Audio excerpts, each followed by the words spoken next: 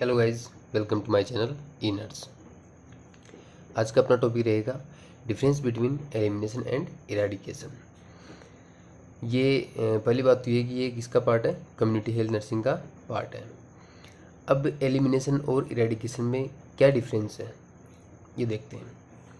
Elimination क्या होता है, जैसे कोई भी बीमारी है, यदि वो बीमारी इंडिया को ले लो आप, इंडिया के अंदर वो बीमारी नहीं है, कोई भी बीमारी ले लो, जैसे पोलियो ले लो, वो बीमारी इंडिया के अंदर नहीं है, ठीक है। बीमारी नहीं है लेकिन पोलियो का वायरस प्रेजेंट है। आपको पता हो तो पोलियो की जो वैक्सीन से बच्चों को पिलाई जाती है, ठीक है। जो भी नर्सिंग के स्टूडेंट्स हैं उनको सबको पता है, क्योंकि सबकी ड्यूटियाँ लगती है इसके अंदर। 70-75 रुपये शायद मिलते हैं, ठीक है।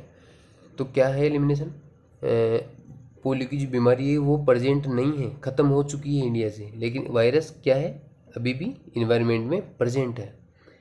तो इसी को एलिमिनेशन कहते हैं। ऐसी कोई डिजीज़ जो इंडिया में मौजूद नहीं है और उसका वायरस प्रेजेंट है, उस डिजीज़ को ही एलिमिनेशन किया जाता है, ठीक है। यानी कि जैसे पोलियो का एलिमिनेशन हो चुका है, पोलियो एलिमिनेट हो चुकी है। कब? 27 मार्च 2014 को। उसका मतलब क्या हुआ कि पोलियो का वायरस प्रेजेंट है। एलिमिनेट का मतलब ये है कि पोलियो का वायरस तो प्रेजेंट है लेकिन डिजीज़ ख़त्म हो चुकी है, ठीक है। नो केसेस यानी कि कोई पेशेंट नहीं है, डिजीज़ एजेंट प्रेजेंट है, डिजीज़ को जो डिजीज़ करने वाला एजेंट है यानी कि वायरस वो प्रेजेंट है। इसका मतलब हुआ elimination. Some diseases have been declared eliminated from India. कुछ डिजीज़ ऐसी है जिनको एलिमिनेट कर दिया गया है, कहाँ से? इंडिया से, ठीक है। जैसे पोलियो कब किया? 27 मार्च 2014 को। पोलियो को 27 मार्च 2014 को ये डिक्लेयर कर दिया गया कि पोलियो एलिमिनेट हो चुकी है, यानी कि पोलियो की जो बीमारी है वो इंडिया से ख़त्म हो चुकी है लेकिन वायरस प्रेजेंट है। यास हुआ, ड्रैगन कुलेसिस हुआ, ठीक है। ड्रैगन कुलेसिस यानी नारू रोग होता है। 2019 सीएचओ के जो एग्ज़ाम हुआ था उसमें ये क्वेश्चन आया था। Note, leprosy near to eliminate. Leprosy एक ऐसी बीमारी है, लेप्रोसी यानी कि कुष्ठ रोग, ठीक है, वो नियर टू एलिमिनेट है यानी कि एलिमिनेट होने वाली है। टिटनेस न्यूनेटरम और परपीरियल टिटनेस ये दोनों एलिमिनेट हो चुके हैं। कब? 2015 में। अब ये एलिमिनेट कैसे हुए?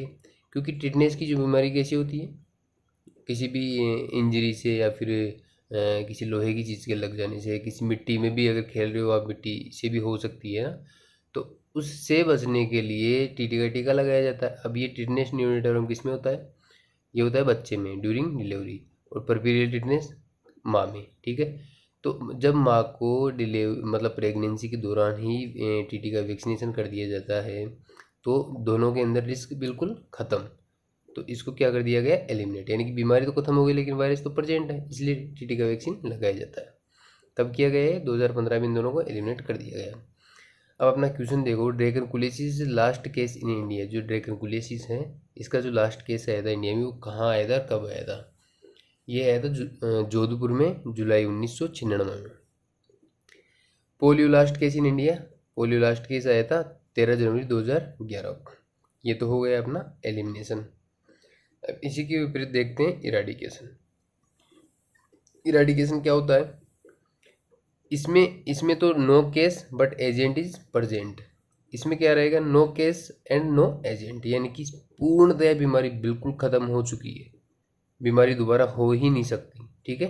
यानी कि उसका वायरस भी इन्वायरमेंट से गायब हो चुका है, वो भी मर चुका है, ठीक है। नो केस यानी कि बीमारी नहीं है, disease agent absent, and disease को पैदा करने वाला भी नहीं है, ठीक है। Only single disease have been declared eradicated from the world.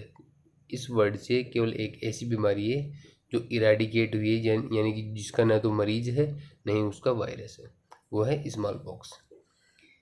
Small pox यानी छोटी माता, ठीक है। 8/5/1980 को वर्ल्ड से और अप्रैल 1977 को इंडिया से इराडिकेट कर दिया गया है इस बीमारी को। सबसे पहले इंडिया में किया गया, उसके बाद वर्ल्ड में किया गया। इसके अलावा इरेडिकेशन कौन कौन हुई है? ओपीवी सेकंड और ओपीवी थर्ड। ओपीवी सेकंड 2015 में इरेडिकेट हो गया और ओपीवी थर्ड 2019 में इरेडिकेट हो गया। अब आप पूछोगे कि ओपीवी सेकंड और ओपीवी थर्ड क्या है? जो पोलियो का वायरस था उसके 3 स्ट्रेंथ होते हैं, फर्स्ट, सेकंड और थर्ड। इसी के तर्ज पे OPV first, OPV second, OPV third बनाया गया है। ठीक है, तो प्रेजेंट टाइम में जो OPV की जो 2 बूंद पिलाई जाती है उसमें OPV फर्स्ट होता है, क्योंकि OPV सेकंड और OPV थर्ड इरेडिकेट हो चुका है, यानी कि इनका वायरस मौजूद ही नहीं है, तो वैक्सीन लगाने का क्या मतलब, इसलिए केवल OPV फर्स्ट की ही वैक्सीन लगाई जाती है। यह था अपना एलिमिनेशन और इरेडिकेशन। अगर वीडियो अच्छा लगा हो दोस्तों तो वीडियो को लाइक करो, शेयर करो और चैनल को सब्सक्राइब करो। थैंक यू दोस्तों।